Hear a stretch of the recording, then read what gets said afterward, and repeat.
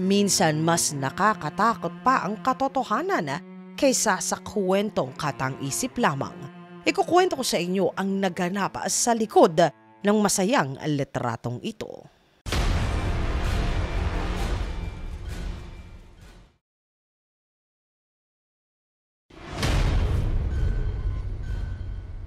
Kung titingnan, itong si Bart Whitaker ay tila ba isang perpektong anak.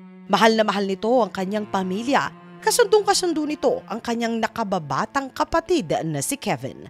Samantalang pareho ang hilig nilang mag-ama, magbike ng malayuan. Palagi na ang buong pamilya ay nagbabakasyon kung saan-saan.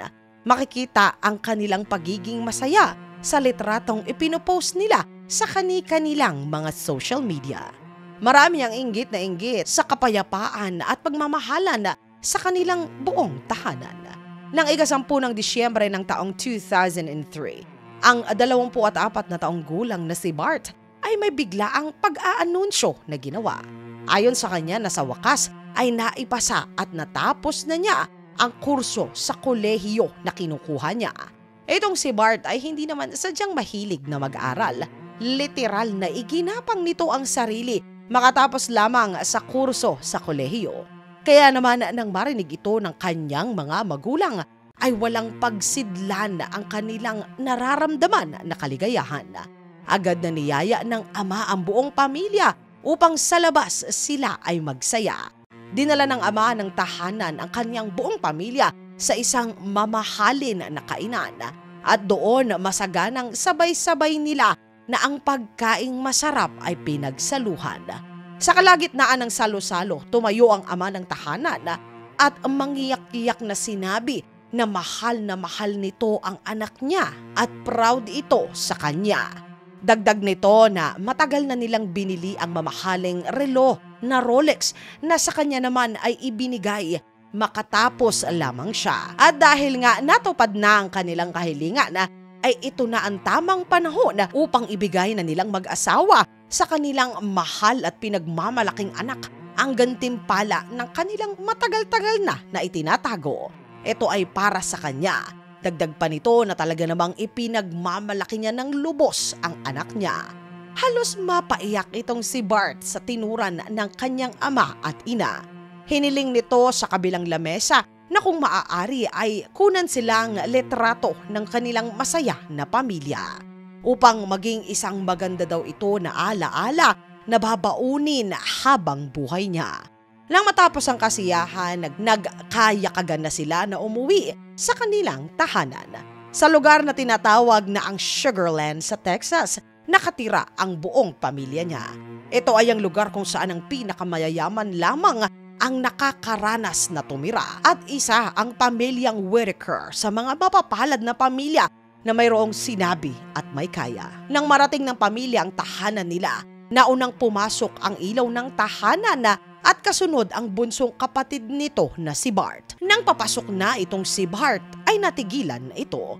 Nalimutan daw niya sa loob ng sasakyan ang relo na sa kanya ay iniregalo. Kaya naman dali-dali itong tumalikod, tumakbo, papunta pabalik ng sasakyan.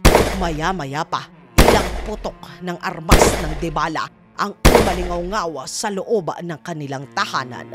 Agad na tumakbo ang ama, sinundan naman agad ni Bart ang kanyang ama. Ngunit ng kanyang naabutan, ang tatlo sa kanyang pamilya ay nakabulagtana. Agad itong nakipagbuno sa salarin na noon ay kasalukuyan na nasa loob pa ng kanilang tahanan. Sa pag-aagawan nila, tinamaan sa braso itong si Bart at saka mabilis na tumakas ang salarin mula sa kanilang tahanan. Nang marinig ng mga kapitbahay ang kaguluhan sa tahanan ng mga Whitaker, agad sila na doon ay nagpuntahan. Doon agad nila na naabutan ang masakalap na kaganapan. Agad naman silang tumawag ng mga otoridad. Hindi na umabot pa ng ospital ang ina at ang bunsong kapatid nitong si Bart. Nakaligtas naman ang kanyang ama at maging itong si Bart. Agad na sinimulan ng investigasyon patungkol sa naganap sa pamilya.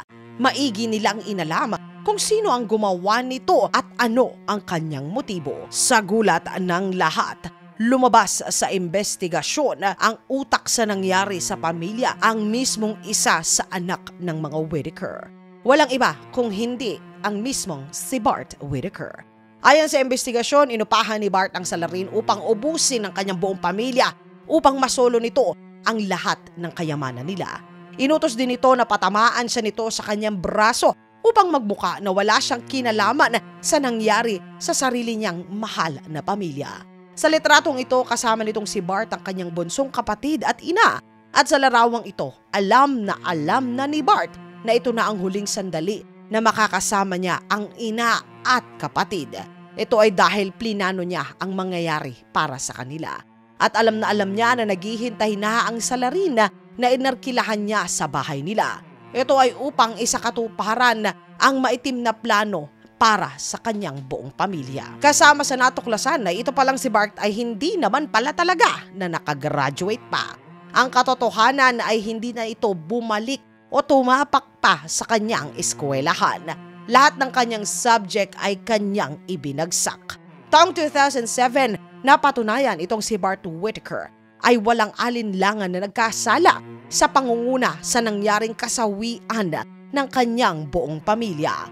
Nahatulan ito ng pinakamabigat na parusa. Ngunit 40 minuto bago isakatuparan ang kanyang katapusan, tumawag ang gobernador. Pinigilan itong maisakatuparan ng hatol kay Bart. Ito ay sa kadahilanan na ang kaisa-isang nakaligtas sa kanyang pamilya na ang kanyang ama ay pinatawad na siya at ayon sa kanyang ama na hindi nito makakayanan na ang nag-iisang natitira sa kanyang pamilya ay kukunin pa nila.